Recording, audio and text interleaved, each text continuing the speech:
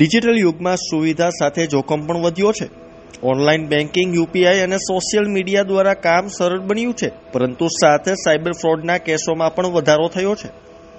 Cyber crime સેલમાં ફરજ બજાવતા પોલીસ ઇન્સ્પેક્ટર આરજે ગેધમ જણાવે છે કે આજકાલના સાયબર ગુનેગાર માત્ર છેતરપિંડી જ નથી કરતા, પરંતુ પોલીસથી કેવી રીતે બચવું તેની સંપૂર્ણ મેકેનિઝમ પણ તૈયાર રાખે છે। તેઓ સાયબર ફ્રોડ કરીને મેળવેલા નાણાં સીધા પોતાના ખાતામાં રાખતા નથી।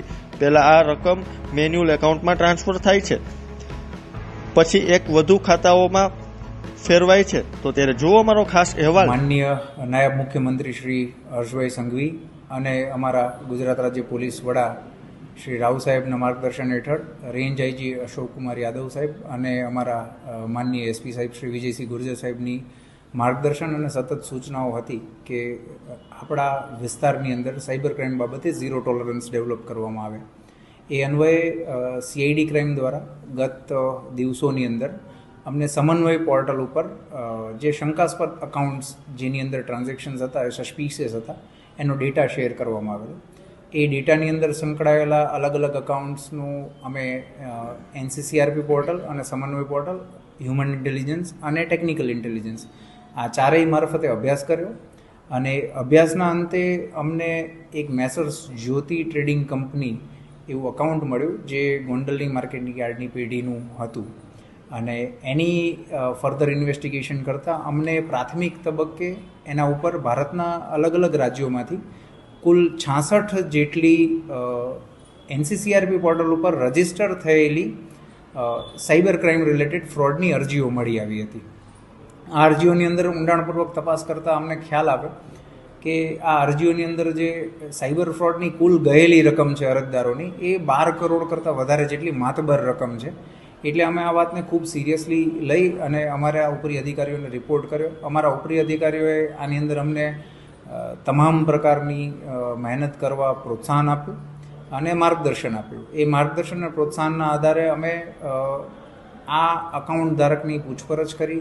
આ અકાઉન્ટ ધારકની પૂછપરછ કરતાં તેમણે પોતાની જે પેઢી છે એની અંદર થયેલા જે ટ્રાન્ઝેક્શન્સ છે એ બાબતે તપાસના કામે મહત્ત્વના મુદ્દાઓ આપ્યા। એ મુદ્દાઓની વધારે વિગતે તપાસ કરતાં આશરે 380 કરોડ કરતાં વધારેની રકમનું જે સાયબર ફ્રોડનું જે રેકેટ છે એ સુધી અમે પહોંચી શક્યા છીએ।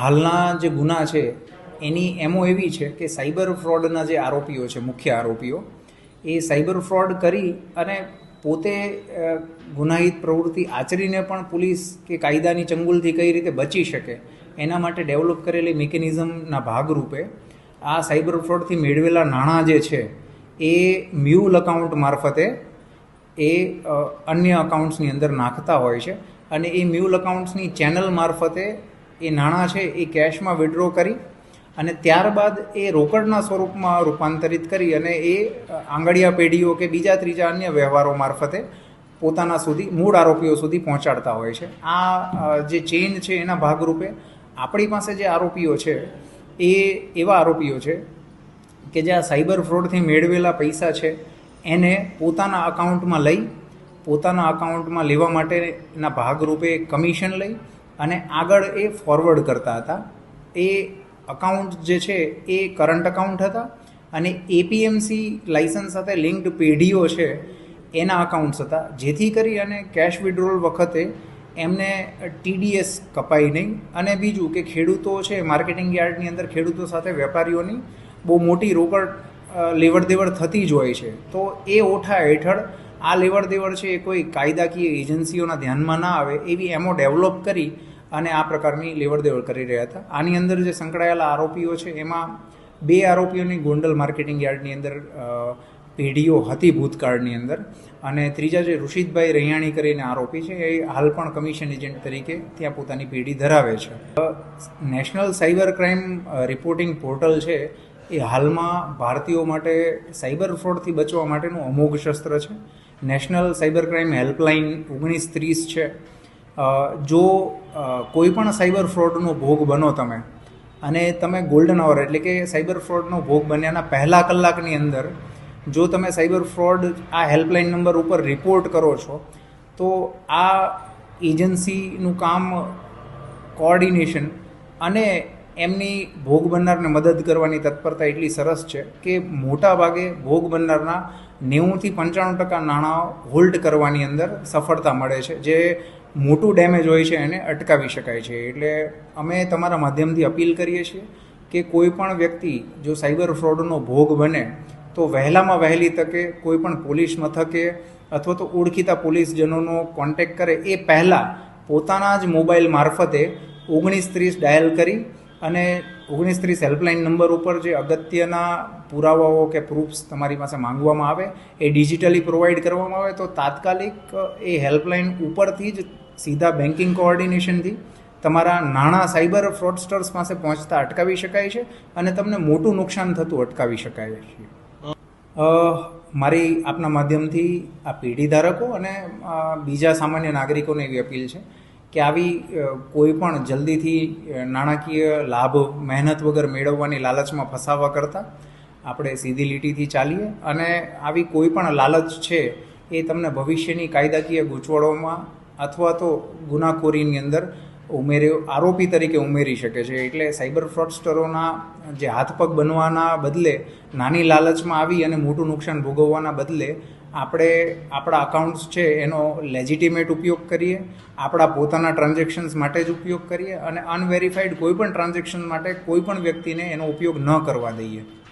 જી, ખાતરીપણે કહી શકું છું કે હાલનું જે ગુનાનું સિન્ડિકેટ અમે ઝડપી પાડ્યું છે એની રકમ છે એ ખૂબ મોટી છે અને હજી આની અંદર અમે લોકો ઊંડાણપૂર્વક તપાસ કરી રહ્યા છીએ. અમારા ઉપરી અધિકારીઓ માનનીય ડીજીપી સાહેબ, રેન્જ આઈજી શ્રી, અમારા એસપી સાહેબ આ બધાના માર્ગદર્શન હેઠળ ઊંડાણપૂર્વક તપાસ કરીશું. એટલે નક્કી અમને આના કરતાં ખૂબ મોટી રકમો છે એની લેવડ દેવડ મળવાની શક્યતાઓ દેખાય છે, પણ તપાસ હાલ ખૂબ પ્રારંભિક તબક્કે હોય એ વિશે બહુ સ્પષ્ટપણે કહી શકાય એમ નથી.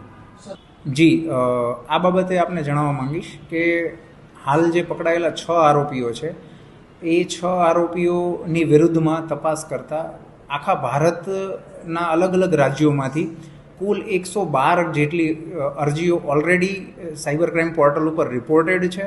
એનો મતલબ એમ છે કે આ જે કૌભાંડ આપણે ત્યાંથી ઝડપાયું છે એના સાયબર ફ્રોડસ્ટર છે એ આખા ભારતની અંદર જે લોકો છે એને વિક્ટીમ બનાવી રહ્યા છે અને આપણે અસરકારક રીતે આ જે શૃંખલા હતી એને તોડવામાં સફળ રહ્યા છીએ. 6 આરોપીઓ પકડાયા છે. આ સિવાય રાજ્ય બહારના ઘણા બધા આરોપીઓ હજી પકડાઈ શકે એવી શક્યતાઓ પૂરેપૂરી છે.